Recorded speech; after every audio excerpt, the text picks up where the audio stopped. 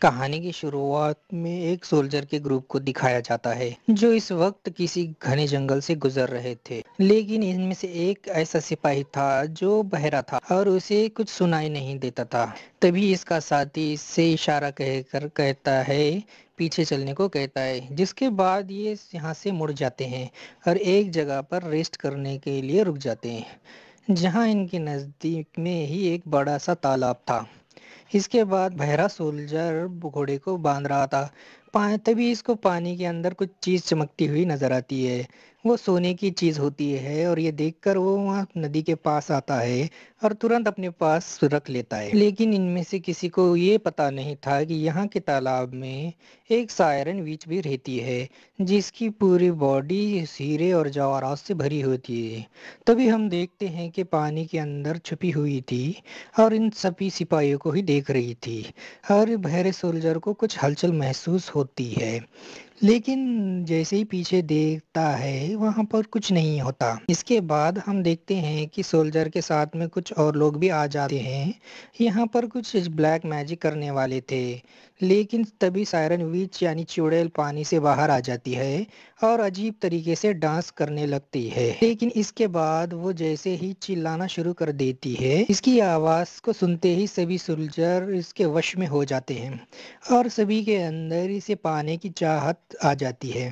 اس کے بعد سائرن وچ پانی کے اوپر ہی عجیب طریقے سے ڈانس کرنے لگتی ہے، لیکن چلانے کی آواز سے سبھی سولجر بہت ہی اگریسو ہو جاتے ہیں اور کچھ لوگ کی تو جھٹکے میں ہی موت ہو جاتی ہے، لیکن جو سولجر ابھی زندہ تھے ان سبھی کے اندر سائرن ویچ کو اٹریکشن آ گیا تھا، لیکن اب کوئی بھی اپنے وش میں نہیں تھا۔ وہ سب سپاہی ایک دوسرے کو ہی مارتے ہوئے سائرن ویچ کی طرف جانے لگتے ہیں، جبکہ سائرن ویچ اپنی خطرناک آواز نکال رہی تھی اور اسی کے ساتھ وہ پانی میں پیچھے کی اور جانے لگی تھی۔ تبھی بہرا سولجر ان سبھی کی حرکتوں کو دیکھ کر چونک جاتا ہے اور اسے کچھ سمجھ نہیں آ رہا تھا، جبکہ سبھی سولجر ایک دوسرے کو بھیانک طریقے سے مارنے لگے تھے اور پانی کے اندر جانے لگے تھے۔ تبھی بہرے سولجر کی نظر سائرن وچ پر پڑتی ہے اور دیکھتے ہی وہ کافی ڈر جاتا ہے، لیکن اس سے سائرن وچ کی آواز سنائی نہیں دے رہی تھی، جس کی وجہ سے اس پہ کوئی بھی اثر نہیں ہو رہا تھا، لیکن دوسری طرف جتنے بھی سولجر آواز سنائی دے رہی تھی وہ سبھی سولجر اس کے اٹریکشن کی وجہ سے پانی میں آگے بڑھتے ہی جا رہے تھے، لیکن آخر میں وہ سب کے سب مر جاتے ہیں اور پانی میں ڈوبنے لگتے ہیں اور اس میں سے کوئی بھی زندہ نہیں بچ پاتا، جس کے بعد سب کے سب پانی کے اندر تالاب میں ڈوب جاتے ہیں۔ تبھی سائرن وچ کی نظر بحیرے سولجر پر گرتی ہے،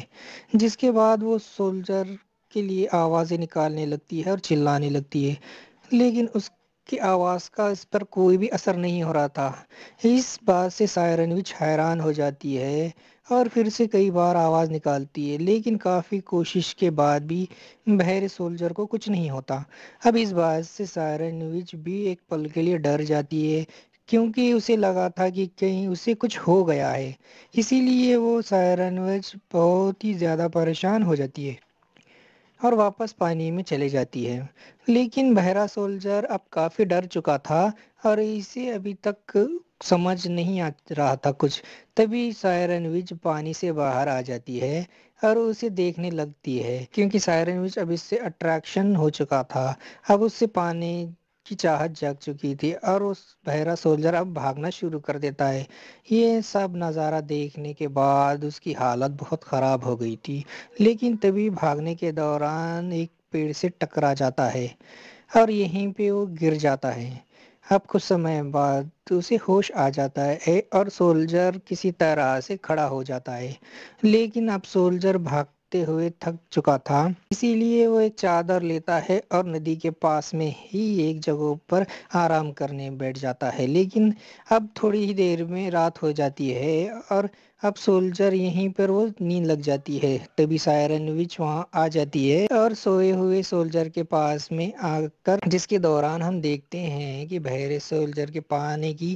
غضب چاہت جاگ چکی تھی اور اب سائرن وچ ہی اس کے ساتھ میں ہی سو جاتی ہے، لیکن سولجر کو اس بات کا کوئی بھی اندازہ نہیں تھا۔ اس کے بعد صبح ہوتی ہے اور سولجر کی آنکھ کھلتی ہے، جہاں ہم دیکھتے ہیں سائرن وچ بھی ابھی بھی اس کے پاس میں ہی سوئی ہوئی تھی۔ تبھی سولجر جاگ جاتا ہے، اسے کچھ محسوس ہوتا ہے، تبھی اس کی نظر سائرن وچ پر پڑتی ہے، جس کے بعد وہ ہیرے جواہرات کو طرف دیکھنے لگتا ہے، لیکن تبھی اس سائرن وچ بھی جاگ جاتی ہے اور جیسے ہی وہ بھاگنے والی ہی ہوتی ہے، سولجر اسے پکڑنے کی کوشش کرتا ہے، جس کے بعد اس کے ہتھیلی میں کچھ سائرن وچ کے کچھ جوہرات پھنس جاتے ہیں۔ اب یہ دیکھتے ہی سولجر جان جاتا ہے کہ سائرن وچ کی پوری باڈی پر ہیرے اور جواہرات لگے ہوئے ہیں۔ سولجر دیکھتے ہی پوری طرح حیران ہو جاتا ہے، اسے پانے کی لالچ اب بحرے سولجر میں آ جاتی ہے۔ اب وہ سولجر اس سائرن وچ کا پیچھا کرتا ہے اور وہ پانی کے اندر بھاگ رہی تھی اور ایک جھرنے کے پاس آ جاتی ہے۔ یہ دیکھ کر سولجر بھی کنارے پر رکھ کر سائرن وچ کی طرف بڑھتا ہے۔ اب ان کو دیکھتے ہی سائرن وچ سمجھ جاتی ہے کہ یہ سولجر بھی اس سے پیار کرنے لگا ہے۔ اس کے بعد سائرن وچ مدہوشی میں ڈانس کرنے لگتی ہے اور پھر وہ ترنت ہی اس کے پاس آ جاتی ہے، جس کے دوران سولجر ایسی ایکٹنگ کر رہا تھا کہ اسے بھی سائرن وچ سے پیار ہو گیا ہے۔ لیکن ہم دیکھتے ہیں کہ سولجر کو صرف کوئی فرق نہیں پڑتا، کیونکہ وہ صرف اس کے باڈی پہ لگے ہیرے اور جواہرات کو پانے کی چاہت میں۔ اس کے بعد یہ دونوں ایک دوسرے کو کس کرنے کی کوشش کرتے ہیں، لیکن سائرن وچ کے ہونٹوں پر بھی جوہرات لگے ہوتے تھے،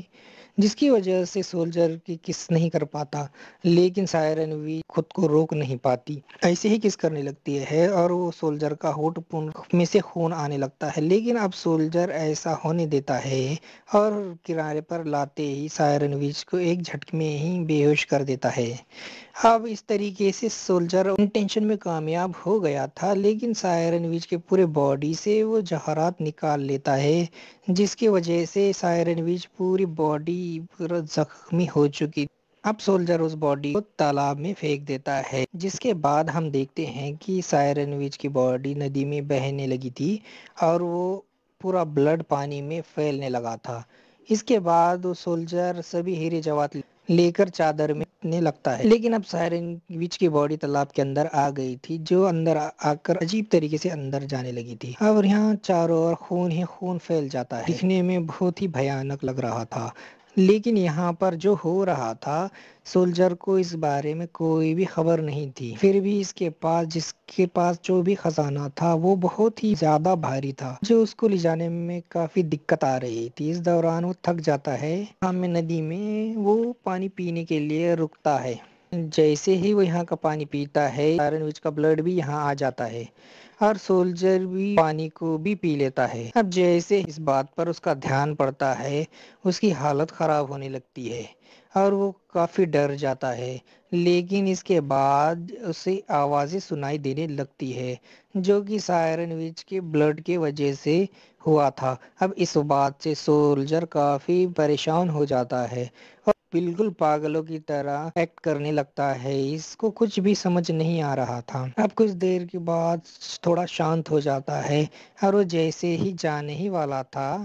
اسی وقت سائرن وچ پانی سے باہر آ جاتی ہے۔ اب وہ باڈی پہ دیکھتی ہے کہ سب جواہرات غائب نظر آتے ہیں، وہ کافی پریشان ہو جاتی ہے اور اس کی وجہ سے بہت دکھی ہو جاتی ہے، کیونکہ وہ سمجھ آ گیا تھا کہ سولجر کے دل میں پیار نہیں تھا، بلکہ بس اس کے جسم کے ہیرے اور جواہرات چاہتا تھا۔ تبھی اس کی نظر سولجر پر پڑتی ہے اور اب سائرن وچ آواز نکالنا شروع کر دیتی ہے، جس کی وجہ سے بحیرہ سولجر پاگل ہونے لگتا ہے، کیونکہ اب اسے آوازیں سنائی دینے لگی تھی۔ اس کے بعد وہ خود کو روک نہیں پاتا اور پانی کے اندر جانے لگتا ہے۔ سائرن وچ پھر دھوکے کی وجہ سے لگاتار آوازیں نکال رہی تھی اور اس کی آواز کو سن سن کر کو سولجر مینٹل حالت بھی کافی خراب ہو جا رہی تھی، لیکن اب سولجر کو کچھ بھی کر نہیں سکتا تھا، کیونکہ اب وہ اس سائرن وچ کے وش میں آ چکا تھا۔ سائرن وچ پانی کے اندر لے جانے لگتی ہے اور انت میں یہ سولجر بھی پانی کے گہراؤں میں ڈوب جاتا ہے اور اپنے لالچ کی وجہ سے مارا جاتا ہے۔ وہیں اب سائرن وچ اپنے حالات کو دیکھ کر بہت دکھی ہو جاتی ہے، جبکہ سولجر بھی اس جگہ پر آ جاتا ہے پانی کے اندر، باقی ساتھی بھی مرے پڑے ہوئے ہوتے ہیں اور یہ